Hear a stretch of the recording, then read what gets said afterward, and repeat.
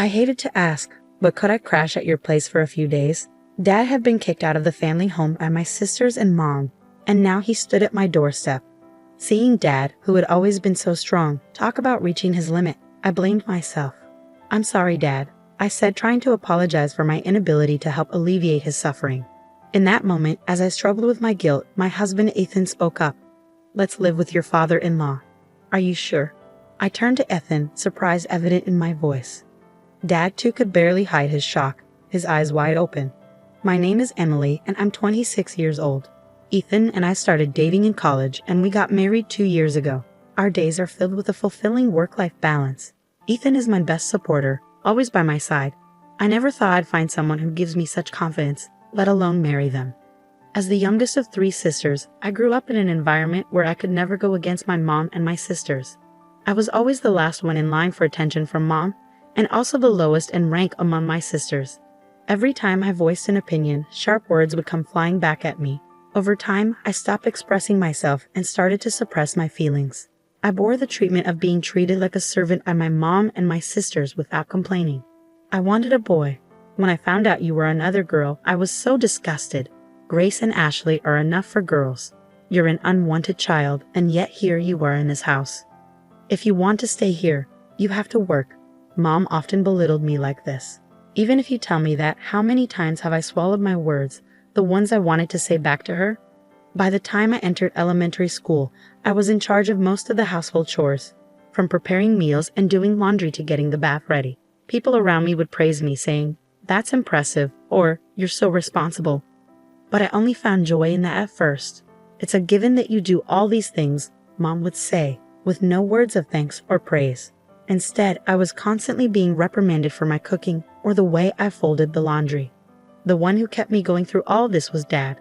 Unlike Mom and my sisters, Dad loved me and respected me. As the only man in the family, Dad was not well liked by Mom and my sisters, and his power within the family was as low as mine. But he always stood up for me. "I'm sorry, Emily, you always have to put up with so much. If only we could all live in harmony." Dad would often hold me tight and say these things. Despite his early mornings and late nights for work, Dad would always spend his days off with me, fulfilling Mom and my sister's demands together. And he always listened to my feelings and accepted my words. But my mom and her cohorts didn't seem to like that. "There's no one to protect you today," they'd tell me, pushing more chores onto me. They'd hurl harsh words at Dad too, such as, "For a man, low income," and my sisters would follow their lead, laughing and saying, "Disgusting," and "Don't open your mouth." So no matter how much Dad tried to be a pillar of support, I was becoming increasingly frail. Noticing my distress, Dad said something to me when I entered high school. "Emily, study as much as you can, then go to college, leave this house, and live on your own. You, Emily, have so many possibilities. There's no need to endure and stay in this house forever. I want you to live your life," my father urged me. At his words, I felt both elated and anxious. At the time, my eldest sister Grace, 6 years older than me, was attending a private university, and Ashley, 4 years older, was at a vocational school. Mom would often ridicule Dad for his low income and tell me, "We're poor because he doesn't bring in money, so you should start working once you graduate from high school." Because of this, I believed our family was financially struggling. Despite that, I worried if Dad was pushing himself too hard by telling me to go to college and live on my own. But Dad insisted, "There's no need to worry about money. I feel responsible for making you suffer so much. That's why I don't want you to endure any longer." "Dad," I said, "this is a request from your father. You don't have to worry about anything. Just go to the university you want, study what you want, find what you love to do. I want you to lead a happy life to make up for the hardship you've been through." I could feel his strong resolve as he gripped my shoulder, his eyes moist with tears. From then on, I devoted myself to the studies I had neglected, juggling the overbearing instructions from my mom and sisters. I spent all my remaining time studying at my desk. My hard work paid off, and I was accepted into a university. Dad and I embraced each other, sharing the joy of my acceptance. I kept it a secret from Mom and my sisters until the last minute, only announcing my plans to go to college and live alone on the day I was moving. At that time, Grace had already moved out and was living on her own, leaving only Mom and Ashley at home, who showered me with shouts of rage. I endured their harsh words until the end, finally breaking free from them.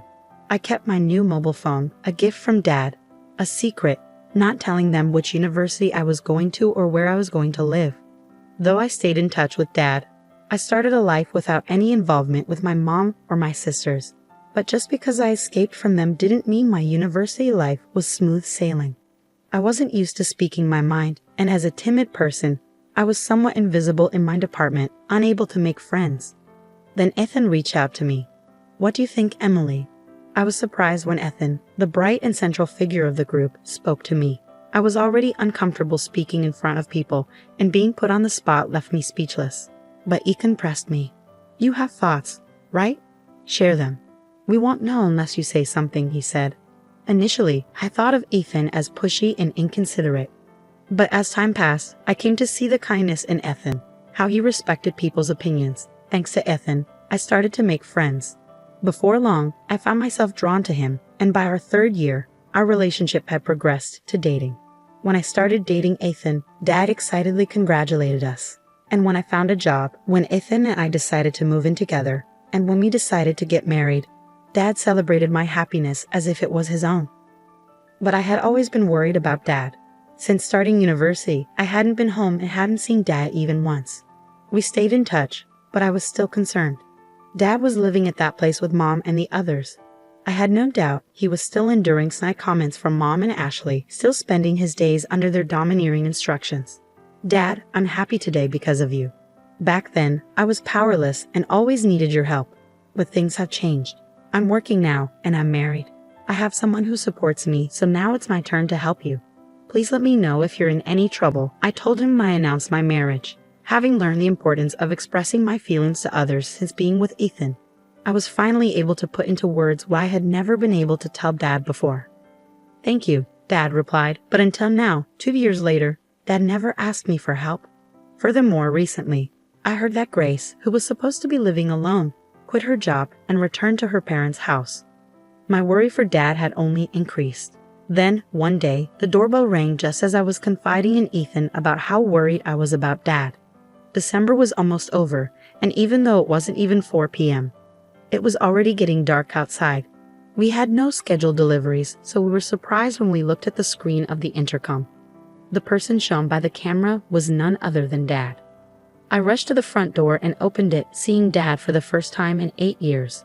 His cheeks were hollowed out, and there was more white than black in his hair. He looked visibly unwell. I instinctively knew that his sudden visit without any notice wasn't for a casual reason. "Dad, what's happened?"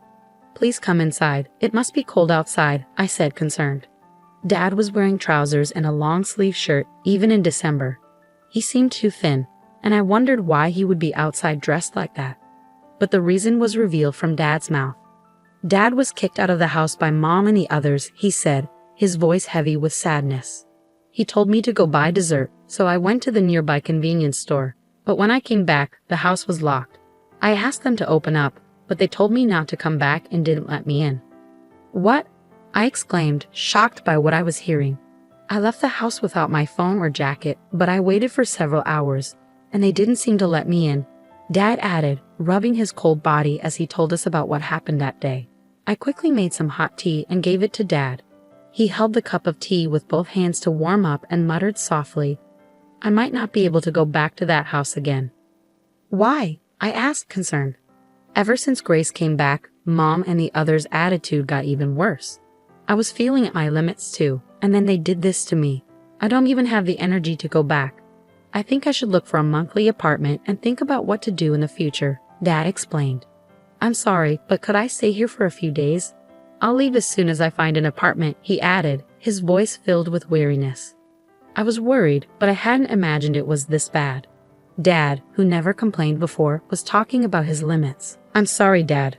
I began ready to apologize for knowing about his troubles and not being able to do anything when Ethan spoke up. "Let's live with your father," Ethan raised his voice. "Are you sure?" I turned to my husband in surprise. Dad, too, unable to hide his surprise, opened his eyes wide. "Sorry for being blunt, especially since we just met, but your father-in-law doesn't look too healthy. I think it would be best if we lived together to help him recover. Everything else can be figured out later, of course, only if he's okay with this," Ethan explained. Ethan's suggestion left Dad and me with nothing but gratitude, and so our new life as a trio began. Just a few days after Dad moved in, our doorbell rang again. All three of us were stunned by the figures displayed on the intercom screen. Mom and my sisters were standing there. "Why here?" I whispered, shocked and bitter past memories making my breath hitch. But I had to face them. I didn't know what they would do next, and panic set in. I opened the door, and before me stood my mother, flanked by Grace and Ashley. "Wow, I didn't expect you to be living in such a fancy place. I thought you were scraping by in some rundown apartment," Mom remarked, her tone dripping with condescension. Hearing her voice after such a long time, all I could feel was resentment. "Why are you here?" I asked, trying to keep my tone steady despite the turmoil brewing within me. "Your father's mobile had your address in it. I had no idea Emily even had a mobile phone. Why would you give him your contact info but not us? Are you honoring the wrong person?" Grace interjected arrogantly, looking down at me, just as she always did. After Mom's words, seeing Grace like this, Mom smiled, satisfied, and spoke again. "Well, never mind. Is your father here?" "We're having some trouble without him," she said, though there were no signs of actual distress on their faces. All three of them were smirking. "In trouble? But you're the ones who kicked him out," I retorted, my irritation mounting with each word. "You've become quite sassy, haven't you? So is he here?" "Move aside," Mom demanded, her typical overbearing tone evident in her condescending remarks about me. "No," I responded firmly, fueled by Ethan's support and my own newfound strength. It would have been impossible in the past, but I had changed, all thanks to Ethan. Mom's irritation became apparent as she raised her voice. "When did I ever give you permission to talk back? Just move. You can't even listen to what I say. I'm not the same person I used to be. I won't be pushed around by you, Mom," I refused firmly, Ethan coming up beside me, trying to shoo Mom and the others away. Despite our efforts, Mom and her group wouldn't leave. We repeated move and no until, tired of the ordeal or maybe having given up, Mom was the one to break first. "That's enough. I don't want to hear any more from you. If you won't move, can you at least let us know when the money will be deposited in our account? It's really annoying that all you can do is put money in, and you can't even do that," Mom said, her words leaving me speechless. How did she think she's been able to live without working? My anger reached its peak. From now on, Dad will be living with us. Dad and I will no longer be pushed around by you guys. Please divorce Dad and stop causing him pain, I declared, unable to hold back my words any longer. But the response from my mom was something I hadn't anticipated. I hadn't anticipated Mom's reaction. "Don't make it sound like I'm the bad guy.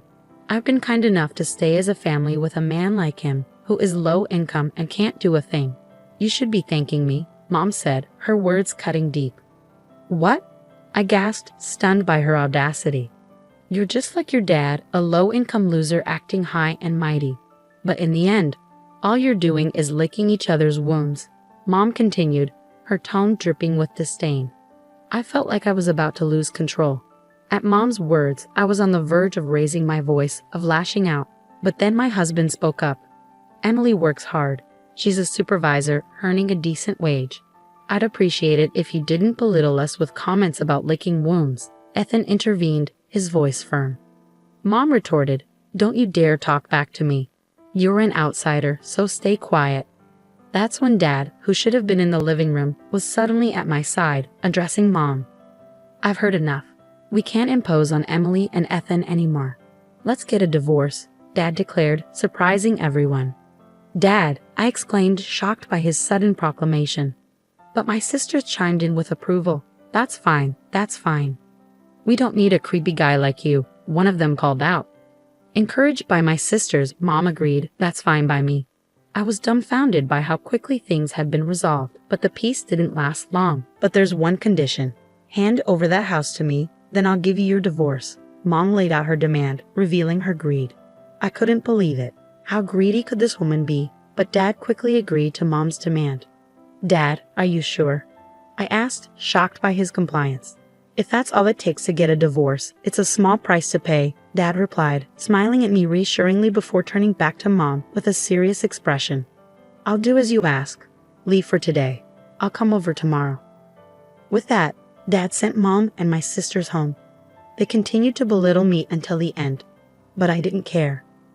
I felt guilty for pushing for a divorce and causing Dad to lose his home. But Dad patted my shoulder reassuringly.